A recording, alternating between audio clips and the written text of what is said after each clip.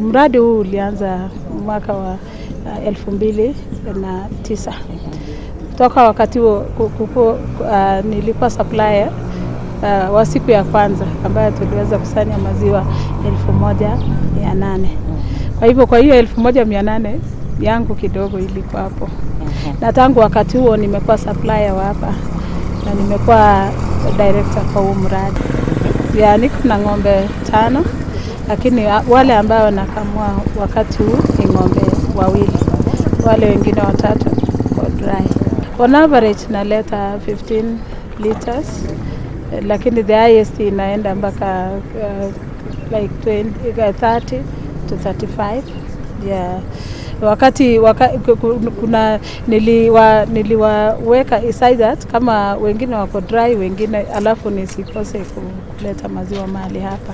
Maisha yangu imebadilika sana. Kwanza vile nilileta maziwa na nikakuwa consistent, mradi ukaonelea ni vyema nikuwe one of the directors. Kwa hivyo ninapoongea mahali hapa, mimi ni director ambaye anasimamia upande wa treasury ama mimi ni mweka hazina. Wakati huu wanawake ambao ni wale active saizi ni wanawake 800. Yeah. Kwa total pamoja na wazee saizi ni 2000. Lakini wamama wanawake sasa wenye wana supply maziwa wamekuwa wengi. Kuna wakati tulisaidiwa na mradi wa Heifer International, tukaweza kuwaleta wakina mama, tukawa train kwa involvement ya dairy. Initially kwa community yetu wamama tunastahili tu kwa kule nyumbani ama kufanya kazi zingine, lakini ng'ombe inakuanga ya baba. Lakini kupitia kwa mradi tumeinvolve ama tumekuja sasa kuhusisha kina mama kwa mambo ya dairy, ambayo imefanya sasa wamama wakuwe na interest. Na hiyo imesaidia sana kwa sababu ukiona wakati tulianza mradi wamama walikuwa wachache sana. Ningesema hata wamama walikuwa karibu 20 tu. Lakini kupitia kwa mradi tumeweza hata kucelebrate wamama. Na through celebrating wamama through International Women's Day, ambayo mimi mwenyewe niliorganize nikasaidiwa na Heifer International na other partners. Tulicelebrate wamama karibu 400 hapa. Na tunapoongea ni kama hao wamama wote wanaleta maziwa mahali hapa. Yeah. Na zaidi ya yote vile wazee sasa waliona wamama pia wamekuwa na interest, wakapewa the afternoon milk. Wakaanza na hiyo maziwa ya saa 8 wakapewa. Vile waliona wana manage vizuri, most of them now have been given the morning milk na wana supply wanaleta kwa mradi. Okay, kupitia kwa mradi kuna kila mwezi tuko na masomo ya kufundisha wakulima, kwa sababu hapa kwetu wakulima sana wanategemea rain fed agriculture. Ni wana graze tu ng'ombe, lakini wakati kuna kiangazi hakuna chakula cha hicho ng'ombe. So tumeanza kupitia kwa mradi kuelimisha wamama ili wapande vyakula vya ng'ombe. Na tunapoongea saa hizi every household wako na nyasi kidogo hapo, wako na fodder trees, wako na bitter lubins kidogo, wako na desmodium, hiyo chakula chote cha ng'ombe wako na. So besides now fanya buddocking sehemu alafu wanafungia ng'ombe. Kitambo wamama walikuwa kule barabarani wana graze ng'ombe, wangetembea wapigwe na jua, waanze kusengenyana kule, they waste time, lakini imeleta dignity kwa wamama kupitia kwa hii mradi, kwa sababu kupitia mradi ambayo Heifer International waliweza kutufundisha, wanatuleta pamoja, alafu kuna kitu ambayo inaitwa exchange visit. Wamama kwa upande zingine kama upande wa Central walipelekwa mahali pale, wakaona vile wamama wako organized in groups, wanafanya wako na CIGs, common interest groups, alafu vile wanafanya mambo yao. So wamekuja pia kutekeleza what they want and so. Hapo awali wa Nandi hawakuwa wakifurahia sana wamama hata kuhusika na mambo ya ng'ombe sana. Lakini siku hizi kila mtu anafanya hiyo kazi. Na tumefurahia kwa wasee wetu vile wametupea ruhusa ya kufanya hiyo kazi. Na hata hao wameona ni vizuri mkiwa wawili mkifanya hiyo kazi, kwa sababu kama mwingine hako lazima ujue kukama, lazima ujue kulisha ng'ombe, sio ati mnangojea mtu mmoja. kila kitu lazima mcooperate ndio kazi iende mbele. 2012 nilianza kuleta maziwa yangu Livestock. Niliona ni vizuri kuleta kwa sababu unaweza weka pesa yako for 1 month kuliko hiyo yenye unapea mtu for 1 week unashika pesa kidogo. Lakini hii niliona ni vizuri kuleta hapa ndio upate pesa yenye unaweza tumia kwa watoto. Mimi niko na ng'ombe 3. Ninaleta maziwa yangu kila siku asubuhi. Livestock ndio wanachukua, tunaweka tu kwa barabara, hawa wanakuja kucollect, wanakata ya transport. Kwa mwezi mimi napata karibu 10,000 na sasa nikiona hiyo pesa inaweza tusaidia na mzee kwa watoto wa shule. Mimi sasa niko na vijana 2 university. Sasa Livestock wamenisaidia sana, wananipea loan, ninalipa fees, ninalipa rent ya watoto. Sasa imagine nimefurahia sana. Hii kampuni yetu nimefurahia sana, wamenisaidia kabisa. Hata mzee uko nyumbani anafurahia, hata tukilemewa kidogo anasema kimbia Livestock uombe kitu tufukuza hao watoto shule. Tumefanya na hawa. Livestock walitupatia mbegu ya Super Napier. Unachukua kidogo unaenda kupanda, una extend mpaka hata kama mimi sasa nimejaza karibu 1 ya Super Napier. Sisi kama wasee hapo mbeleni ilikuwa kazi ya papa, lakini kwa wakati huu tumepatia tena kwa kina mama, tumeruhusu. And in fact they are the people ambao wanaweza endesha hiyo kazi kwa njia mzuri. Hawaendi mbali kama sisi.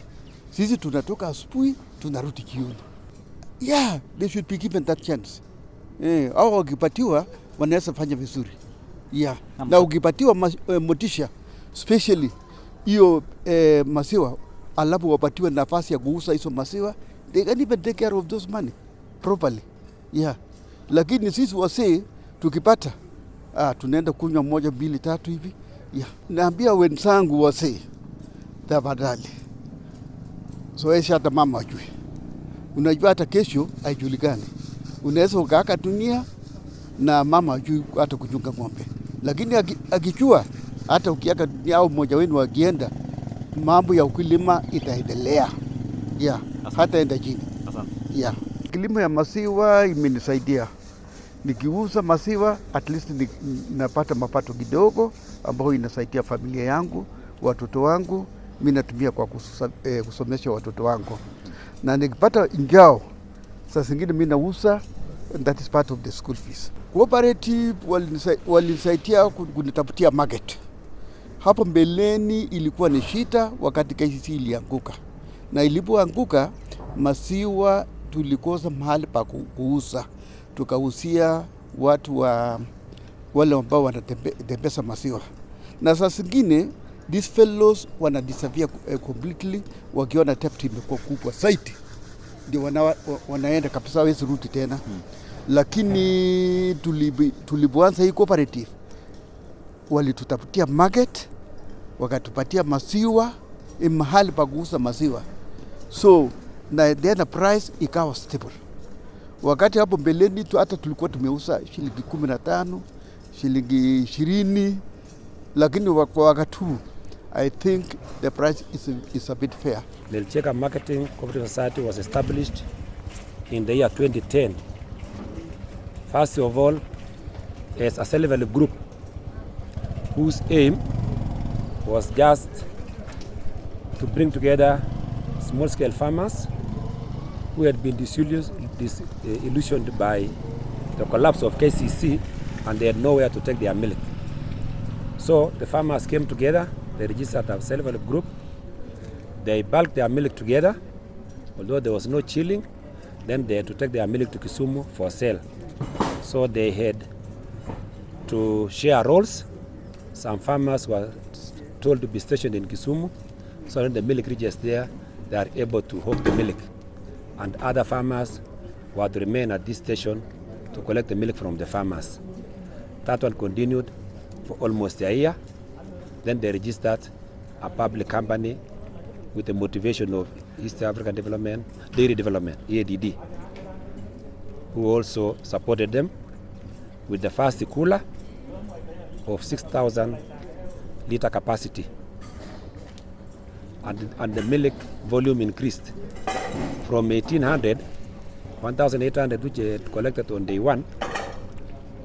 The milk increased to around 3,000 because of chilling. That one helped the farmers to overcome the challenges of milk spoilage. EADD also trained the farmers on milk quality, right from the farms, from the dairies, all the way to the cooperative society. And then they were encouraged to look for processors. And the first processor they came across was Buseki, which was producing Molo milk. To arrive at the Molo milk, they did a tender, and the Molo milk was offering the highest price at that time. So they supplied their milk to Buseki, and the milk volumes continued to grow. The number of farmers also continued to grow from the less than 1,000 to around also 3,000. There was a lot of intensive training that was done by the EADD.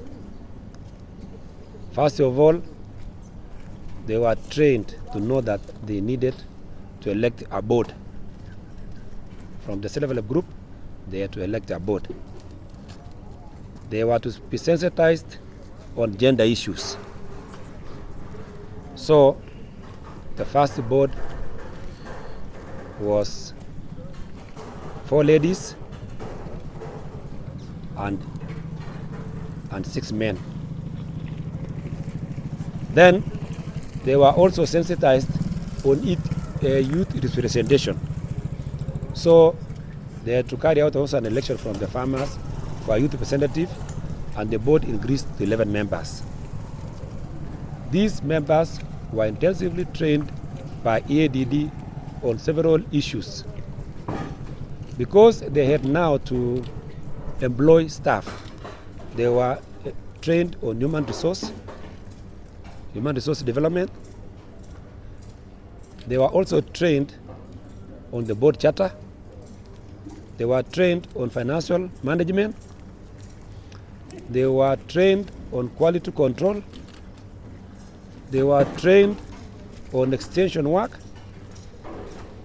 feed establishment and feed preservation. They were trained on establishment of an agrovet.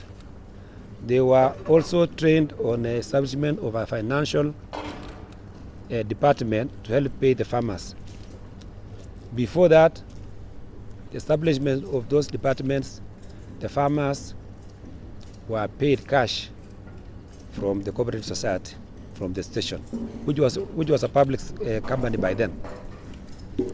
So they were told it was not safe to keep cash in the office. So they were trained to open banks. They opened the cooperative bank in Eldred. They were also trained to pay farmers on a particular specific period, that is monthly. They started payment on monthly basis so that the money can be of use to a farmer. Before that, they would pay the farmer on any day a farmer needed his money or her money. So they established the agrovet. The first agrovet, which is now in this station, was established through the assistance of EADD, where the farmers were to collect their inputs. They were trained on something called a 3-hub. That is the milk collection, the agrovet, and the financial services activity. And they established the 3 hubs. They were told the 3 hubs will be able to move each other. They will be able to drive each other, just like the hubs in a vehicle do. So the dairy was to collect the milk from the farmers.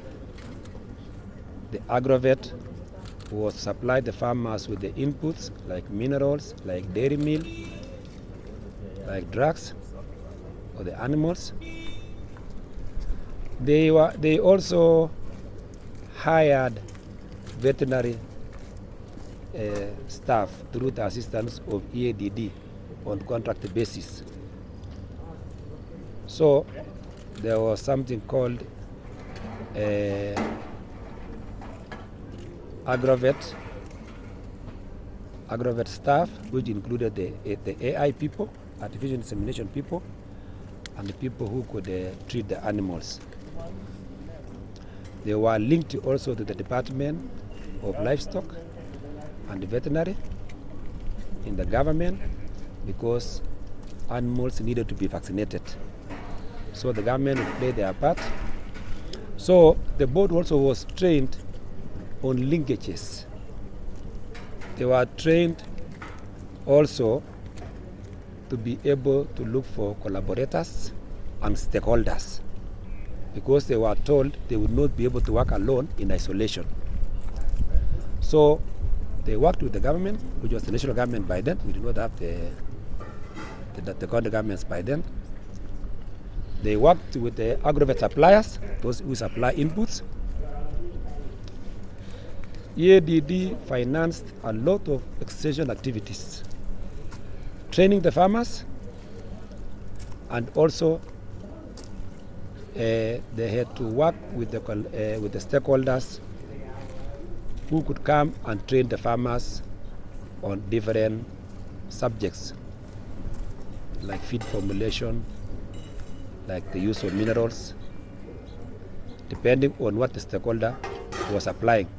Also on AI, because there are those stakeholders that supply the straws for animal insemination. So all of them came together. EADD also was a collection of different organizations, 5 of them.